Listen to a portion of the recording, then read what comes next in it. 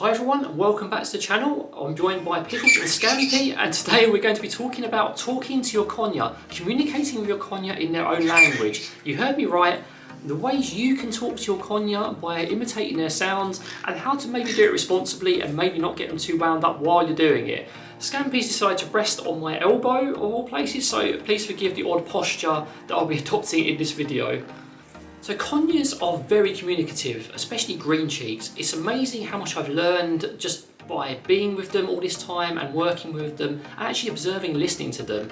They have loads of subtle sounds, loads of little variances in the things they do. If you haven't watched my conure behaviour sounds guides, I'd highly recommend it because you can pick up quite a lot from them. They are mostly tailored to green cheeks, but I've noticed a lot of them apply to crimson bellies and some conures too. So don't be afraid that if you've got one of them, that it won't apply. They are amazing little creatures. They're also quite nibbly sometimes and very cheeky, and it can help to understand their sounds and also sometimes how to imitate them and how to also react to what they're trying to tell you when they're basically talking to you. So I wanted to start with the most obvious sound, and that is growling. Conures growl for loads of reasons, and their growls can mean all sorts of different things. Generally, you can hear growling, that will mean they're alert or a little bit worried. It tends to be a sort of higher growl. You can get like a squealing as well. Sorry, it's put to be very cute. You can have sort of lower level growling as well, and generally that tends to be contentment. And as humans, we can almost imitate that. Once you get used to what they want from you and how they're growling, yeah, you want to go down there, I can tell. And how they're growling, you can sort of imitate it. For example, when I want Pickles and Scampi to relax, I'll imitate their low growl. Just growl very softly, and I'll encourage that calm in them by growling back to them. It's quite important that you sort of practice it almost and watch your conures reactions, because sometimes if you make this really high growl, they'll be thinking, oh my goodness, something's going on, or my human's worried, what's going on? But if you can get it this sort of low rumble, you can almost encourage calm in your conure by effectively talking to them, communicating to them that it's time to relax, time to chill out. I don't know how well practiced you guys are, but you can also do something similar with beak grinding. It works wonders with our cockatiels. If they're started settling down to relax, I will often imitate beak grinding and they will start chilling out. And sometimes I find it works for my conures as well.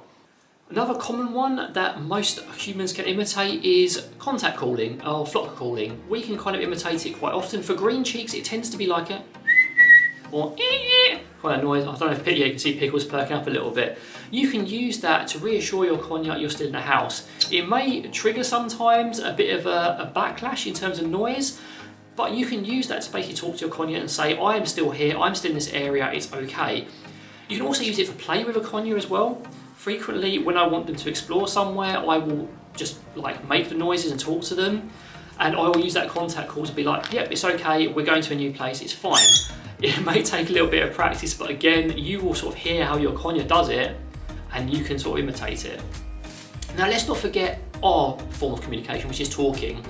We can talk to our conures and we can use our tone to elicit certain behaviours. For example, conures are quite easily overstimulated by loud sounds and vibrations. So if you've got a voice like mine, that can sometimes cause issues. So when you're doing training or you're doing behaviour with your conure, you may want to use your voice responsibly.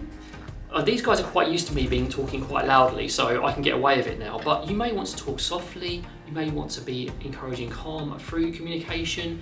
You may want to just basically be responsible with your voice. I guess I'm repeating myself, I apologise. Talk softly when you want your conure to be calm. If you want them to get more excited in a training session, then raise your voice.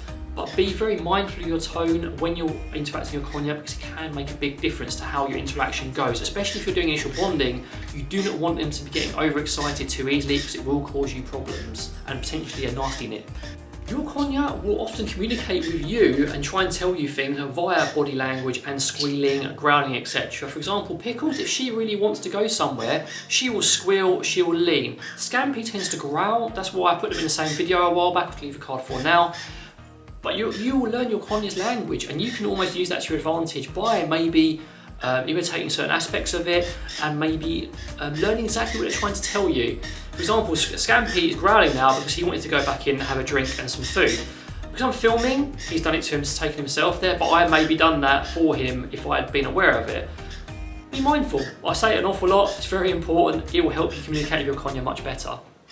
So those are mostly the ways I think it's great to talk to your conure and actually imitate them, because you are actually sort of talking to them in their own language. There are some other things I recommend you shouldn't do. Again, that's constantly being overexcited and using loud voice. Imitating this noise.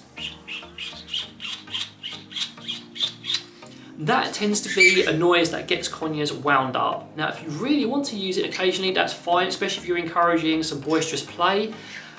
But I wouldn't recommend using it too often. Scampy's even come over because he's like, what the heck are you doing with that noise? And he's very curious. Be mindful of that. Also, don't wind them up. If there's a certain noise your conure is reactive to, or you notice their stress noise, sometimes Scampy's stress noise sounds a bit like the Game of Thrones tune, so you have to be careful. Don't imitate those, because that's just going to cause your conure stress and it's going to get them really agitated. So try to pick your sounds carefully. You know, growling's good, squealing, contact calling, maybe occasionally, you know, using like higher pitched sounds to get them excited. But don't use stress sounds. Don't imitate those ones. They're not going to do your conure any good. They're probably just going to get them wound up, and it's going to make things worse for you. Especially if you think it's funny, they're getting excited and then end up biting you. It's not fun. It's happened to us in the past, you know, when we were sort of learning about them, and it won't be fun for you at home either. Just again, use sound to your advantage. Where do you want to go, you little monster? Use sound to your advantage, you know. Use calm sounds to calm them down, talk their own language, and just don't wind them up, basically. So guys, that brings me to the end of the video. I hope you found it useful when talking to your conure effectively and communicating their own language. Don't be afraid to use trial and error, but do observe your results and make sure you're not stressing your conure out by doing so. Especially if you've got a solo conure, these may be much more useful rather than playing them conure sounds on the television or whatever, because again, they may mistake that reflection or that television for another conure and cause them stress, whereas it's coming from you, you're part of their flock. Just be mindful how you do it and it'll be completely fine. Now, I apologise how many times I've said that as well. I'm aware of it. It's a bad habit I've gotten into. But anyway, that's the end of this video. Hope you enjoyed it. Comments down below as usual. Take care from me, Pickles and Scampy. Have a really, really awesome day.